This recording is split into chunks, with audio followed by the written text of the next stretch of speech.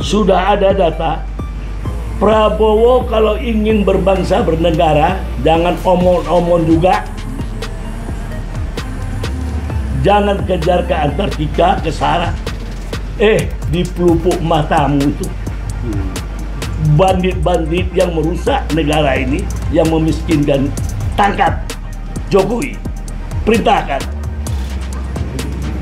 Jaksa Agung atau KPK. Kalau enggak, kalau dia perintah sama kita lakuin nggak? Saya bisa lakukan, asal kasih perintah. Anak UI. Kasih kewenangan. Kasih kewenangan. Seminggu bisa tangkap. Kasih perintah, we watch. Siap, Bang. Bisa kan semuanya? Bisa, Bang. Kita tangkap di Solo tuh rumahnya Jokowi itu. Sama termol-termolnya kita sikat, kita jalan. Aku paling benci sama orang korupsi. Nah, itulah. Ya, udah tangkap, periksa. Datang Gibran. Pak Presiden, Bapak saya ditangkap, bagaimana nih Pak Presiden? Saya gelisah ini. Udah, ini negara hukum, bukan negara politik. Bukan negara kekuasaan. Iya, bukan negara politik kekuasaan. Ini negara hukum. Udah banyak bapakmu proses hukum. Jangan-jangan bisa hukuman mati atau seumur hidup di Nusa Kambangan dia. Karena korupsi. Itu ada kata Prabowo. Oke, Bang. Negara ada lagi. Ada lagi, yang Bang. Ada. Terus datanglah Prabowo. Saya kalau sudah putus bisa saya kasih abolisi, amnesti. Dengan syarat saya malu di luar negeri, baik dalam negeri, kau mundur aja.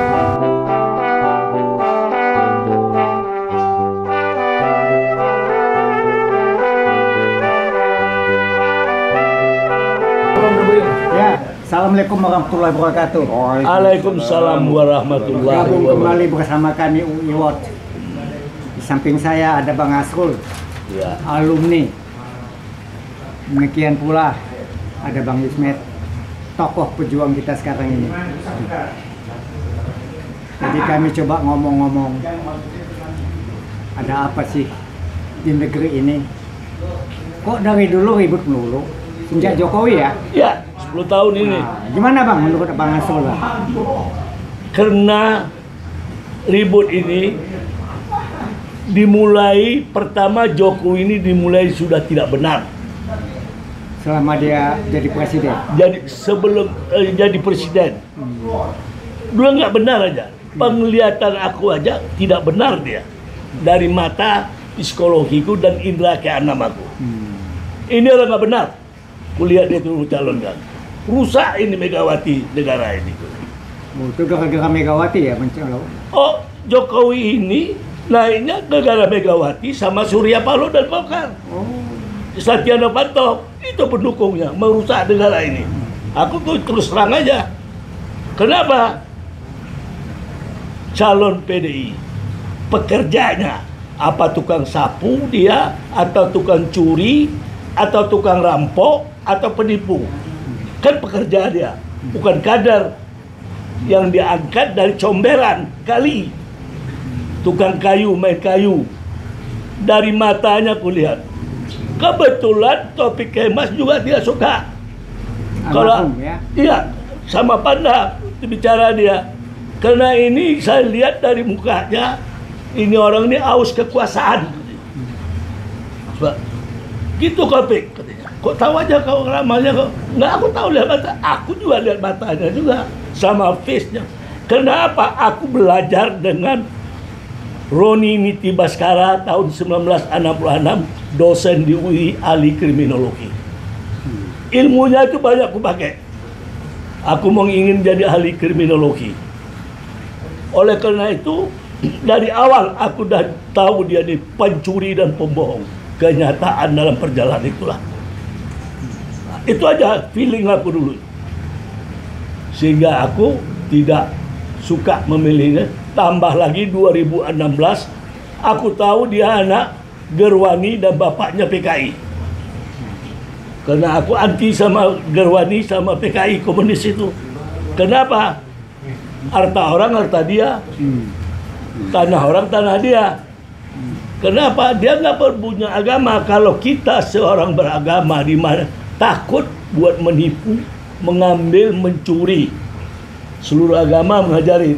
Oke Bang, Ya. saya mau lanjut ke Bung Ismet. Gimana nih tanggapan Bung Ismet tentang apa yang disampaikan Bang Asrul tadi Ya, tentang presiden kita, mantan presiden lah.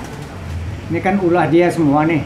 iya. Kita kena kebagian Prabowo, kebagian dampaknya nih. Ya. Ya, kena getah. Dia kena getah. Gimana Bang? Ya, menurut saya apa yang disampaikan Bang Asrul tadi adalah sesuatu yang ya bisa dibenarkan secara keilmuan tadi yang katanya ilmu kriminologi. Saya pikir ini kan episode sejarah Indonesia yang kelam. Oke. Ya, dalam 10 tahun kemarin ini betul-betul segala nilai, ya, segala tatanan hukum, tata negara, konstitusi itu betul-betul Dilanggar. carut marut dilanggar oleh rezim Jokowi. Nah ini kemudian kita sebagai anak bangsa pada kena getahnya semua, gitu, ya. Termasuk pemerintahan Prabowo saat ini kan tinggal bagaimana caranya mencuci piring yang begitu parah gitu. Jadi kebayang cuci piringnya ya. Iya. Nah ini dibutuhkan sebuah keberanian, sebuah mental yang kuat dari Prabowo sebagai pimpinan negara saat ini untuk membersihkan keadaan yang ada ini. Oke, saran konkretnya bagaimana untuk membersihkan ini? Ya, Apakah mau tidak mau, menteri-menterinya ya, mau tidak mau semua rakyat sudah tahu bahwa kabinet Jokowi katakanlah berisi sapu yang kotor. Oke. Tidak mungkin lantai yang kotor mau dibersihkan juga dengan sapu yang kotor. Harus pakai sapu yang bersih. Nah, makanya kita lihat apakah Presiden Prabowo itu memiliki kemampuan dalam kurun waktu sampai misalnya 1 tahun 20 Oktober 2025 sebagai 1 tahun pemerintahan dia, bisakah Prabowo membersihkan kabinetnya yang dia sebut dengan zakon kabinet pada awal mau membentuk kabinetnya kan? Saya boleh tambahkan itu. Di samping yang Abang tadi ceritakan, ada satu yang saya ingin. Prabowo harus berani. Dia harus melupakan misalnya pada saat itu ada janji-janji dengan Jokowi, ya. Dia lupain itu. Ini kan bukan kita kan bukan belain Jokowi, kita belain bangsa Indonesia, rakyat Iya, Indonesia. betul. Nah, saya rasa itu. Ini tambahan aja. Lanjut Iya, Bang. benar. Memang apalagi Presiden Prabowo kan mantan Kopassus. militer kan, mantan komandan. Jadi harusnya berdasarkan Sabta Marga, Sumpah Prajurit, ya, itu harus tertanam sebenarnya harus di dalam diri seorang militer sejati. Nah, disinilah ujian Presiden Prabowo sebagai mantan komandan, ya, Kopassus, ya, pasukan elit, pasukan khusus untuk bisa betul-betul menyelamatkan bangsa ini, sehingga tidak sekedar memberikan wacana-wacana atau janji-janji yang memberikan masyarakat jadi harapannya kadang-kadang mau diharapin tapi kok begini, ya, tidak diharapin, siapa lagi yang mau melakukan tindakan ini. Pada saat ini memang kebetulan beliau yang menjadi pimpinan negara, yaitu kita tunggu tindakan drastis, ya, Presiden Prabowo untuk membersihkan kabinetnya dari orang-orang yang Jadi tidak intinya harus reshuffle. Iya, harus reshuffle kabinet secara total. Ya, itu penonton dari Bung Ismet berharap supaya Prabowo bisa mereshuffle orang-orangnya Jokowi yang terindikasi juga itu koruptor. Betul. Nah, terus menurut Abang gimana nih Bang? Kalau menurut saya paling mudah. Wah, mudah nih Bang. Sebelum tanggal 20 Oktober nanti, 1 tahun Prabowo dilantik jadi presiden, sangat mudah.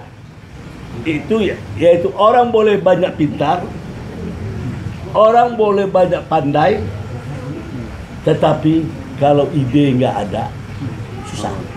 Nol besar. Jadi ide itu yang dikatakan tuh yang sangat mahal, yang berharga. Saya dapat ide ilham tadi di mobil menuju kemari untuk mengambil rambut dalam tepung, rambutnya dapat, tepungnya tidak berserakan. Purnawirawan telah meminta untuk bertemu ke Dewan, tapi Dewan ini saya katakan kurang ajar, tidak menghargai para purnawirawan TNI, para pejuang-pejuang. padahal pejuang-pejuang yang saya banggakan. Saya sangat senang bergaul dari dulu sama TNI. Itu dimana, apalagi Kopassus yang lama-lama gila-gila kecil jantung itu kawan saya banyak dulu. Dari tahun 63, 64, 65. Yang gila yang itu si Malik, Malik. Sebelum Hendo jadi si Luhut tuh Malik terkenal di sana. Itu kawan dekat saya tuh, Malik. Anak gila tuh Kopassusnya. Tapi sahabat saya. Jadi gampang sekali. Pertama apa? Udah tertangkap si Noel, bajingan ini. Korupsi. Joman-joman. Noel. Udah tertangkap. Tertangkap lagi Nadiem Makarim. 10 T itu bang. 10 triliun. Dari awal udah saya prediksi ini bandit. Ini uang pasti dimainkan. Ternyata betul. Dugaan saya terbukti sekarang. Tangkap. Sangat gampang. Purnawirawan untuk ketemu DPR nggak bisa. Bagaimana? Malu saya di luar negeri ditanya orang juga. Itu presiden, nggak ada orang lain. Terhadap orang-orang asing yang bertanya sama saya. Herr Hasrul, orang Jerman. Es gibt nicht. The wakil presiden, vice presiden. Dan Gibran maksudnya. iya, the quality the vice president Republik Indonesia. Ich weiß nicht genau. Saya nggak tahu. Aber so viele Menschen in Indonesia, the good kualitas. Orang Belanda juga bertanya, malu saya. Tahu banyak saya ini dulu waktu Gus Dur diangkat, disorongkan jadi presiden, bukan menghina Gus Dur saya. Bukan menghina. Sampai sekarang saya tidak mau bersalaman dengan Amin Rais, berdekat pun nggak mau. Kenapa? Poros tengah yang musuh itu penganiayaan terhadap Gus Dur. Udah buta, istri, bukan menghina dia, lumpuh. Masa itu yang ditonjol-tonjol presiden kita? Itu juga ditanya orang di luar negeri sama saya. Kok begitu? Nggak ada orang lain. Saya bersumpah saya tidak mau berkenal dengan Amir. Dipanggil tegak berdiri, salam enggak. Diangkat saya mau jadi wakil bendahara juga di situ. Dicalonkan nggak mau. Kalau Amin Rais sampai sekarang, begitulah saya antipati. Kenapa? Kesian. Gus Dur udah buta, di papa-papa, istrinya lumpuh. Ini tampangnya anaknya si narkoboy, anaknya Jokowi ini. Mama memalukan Gibran ini. Berikut, gampang. Ini ada nih yang tertangkap. Apalagi kalau di detail, si Karen korupsi perintah Jokowi katanya. Ada data digital. Tapi nggak ada action tuh bang. Semuanya juga bandit. Seperti si Salsa katakan, yang di Denmark anak cerdas itu, Salsa Utagalung, wah itu memang anak cerdas. Anak cerdas itu. Itu dari menteri sampai DPR-nya itu bandit semua. Udah dia mantau Salsa. Menyinggung Gibran juga nggak dia si Salsa? Oh, yang aku yang ini antara DPR sama presiden, menteri-menteri. Jadi karena udah tertangkap si Karen, saya baca di YouTube juga, itu instruksi, nggak bisa dilakukan perintah Jokowi. Termasuk Lambung ya, Tom Lembong ini bajingan Jokowi ini. Nah, dikorbankannya orang. Saya yakin korupsi yang ada dia tuh di rumah tuh bunker, kalau di bank takut ketahuan cepat. Di rumah itu di bawah tanah itu ada uang semua. minimal 10.000 triliun ada. Kenapa? Sewaktu debat sama Prabowo di Hotel Bidakara, di kantong saya sudah ada 11.000 triliun. Ingat, itu data fakta. Dalam hati saya, jangan-jangan targetnya 11.000 triliun. Dan kalau dia lolos jadi presiden, pemerintah uang ada di sini. Kayak target otak saya harus berpikir, padahal itu udah korupsi. Sekarang Karel berapa korupsi di Pertamina? Si Noel, si Makarim, bapaknya saya kenal tuh, tetangga saya tuh, bapak tahun 72 saya kenal bapaknya tuh. Pengacara dulu kantor di American Express. Di American Express. Si Nono Makarim. Nono Makarim, betul. Tahun 72 saya kenal sama bapaknya. Saya pulang dari Eropa. Jadi sudah ada data Prabowo kalau ingin berbangsa bernegara, jangan omong-omong juga. Jangan kejar ke Antartika, ke Sahara. Di pelupuk matamu itu bandit-bandit yang merusak negara ini, yang memiskinkan, tangkap Jokowi, perintahkan Jaksa Agung atau KPK. Kalau enggak, kalau dia perintah sama kita lakuin enggak? Saya bisa lakukan asal kasih perintah. Anak UI. Kasih kewenangan. Kasih kewenangan. Seminggu bisa tangkap. Kasih perintah. UI Watch. Siap, Bang. Bisa kan? Mantap. Semuanya? Bisa, Bang. Kita tangkap di Solo tuh rumahnya Jokowi itu. Sama termol-termolnya kita sikat, kita jalan. Aku paling benci sama orang korupsi. Nah, itulah. Ya, udah tangkap, periksa. Datang Gibran. Pak Presiden, bapak saya ditangkap, bagaimana nih Pak Presiden? Saya gelisah ini. Udah, ini negara hukum, bukan negara politik. Bukan negara kekuasaan. Iya, bukan negara politik kekuasaan. Ini negara hukum. Udah banyak bapakmu proses hukum. Jangan-jangan bisa hukuman mati atau seumur hidup di Nusa Kambangan dia. Karena korupsi. Itu ada kata Prabowo. Oke, Bang. Ada lagi. Ada lagi. Jamanya, Bang. Ada. Terus datanglah Prabowo. Saya kalau sudah putus bisa saya kasih abolisi, amnesti. Dengan syarat saya malu di luar negeri, baik dalam negeri, kau mundur aja. Gitu kan? Ya. Apa? Ya, mundur aja. Bisa? Apa nggak bisanya? Mundur dia demi bapaknya, harapannya. Udah selesai. Baru tangkap lagi nih korupsi masalah Palembang.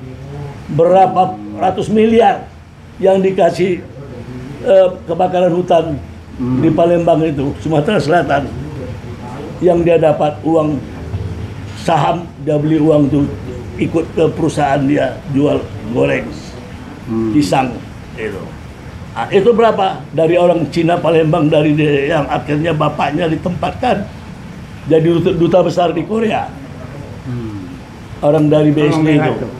9. Iya, orang BSD, direksi BSD. Kan dia yang bakar hutan itu, Sinarmas. Sinarmas. Nah, jadi itu udah gampang selesai. Jokowi masuk, Gibran mundur, aman kita. Ijazahnya sudah termasuk include di situ nantinya. Ini udah berapa tahun ijazahnya aja. Nggak jelas. Nggak jelas, masa itu ijazah aja. Kalau Prabowo mau, Jaksa Agung tangkap. Kalau Kapolri nggak berani tangkap Kapolri, berarti ada kerjasama dengan Jokowi dia. Udah selesai. Tapi Prabowo ini dia tahu dia jadi presiden, tapi dia nggak tahu dirinya dia presiden. Itu yang saya sayangkan. Dia presiden, tapi dia nggak tahu dirinya presiden. Kewenangannya sampai di mana? Oke, Bang. Selesai kan? Ya. Terima kasih, Bang. Bang Ismail, closing statementnya gimana? Ya, saya hanya ingin mengingatkan kepada bangsa ini bahwa korupsi itu adalah extraordinary crime. Jadi memang harus tegas, tanpa toleransi, tanpa pandang bulu, sebagaimana Prabowo mengatakan itu sendiri. Demikian. Oke. Abang, kalau jangan lama-lama.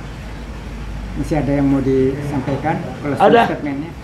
Singkat, kalau Prabowo harus punya penasihat hukum. Oh. Ada. Kalau penasihat hukum yang tidak berkualitas, yang tidak punya pengetahuan Ada hukum. Yusril, Bang. Yusril itu dia menteri, Oh. nggak bisa rangkap-rangkap penasihat hukum. Oke. Di sini saya ungkapkan dia harus punya penasihat hukum bidang luar negeri. Kalau bidang luar negeri, saya lihat itu Profesor Hikmah Anto Juwana. Besar di luar negeri, doktor, profesor, dekan hukum UI. Itu pengetahuannya Luas. luas. Saya usulkan Profesor Hikmah Juwana. Setuju, Kenapa Menteri Luar Negeri kita ini masih muda-muda ya. belum berkualitas? Itu dia pakai. Kedua, tentang ketatanegaraan. Hukum tata negara, dia penasihatnya atau dia sebagai menterinya bagaimana mengatur. Prabowo kan nggak mengerti hukum tata negara, dia hukumnya tembak serang, Hukum perang. ya. Yang lain ada pakarnya, yaitu Refli Harun.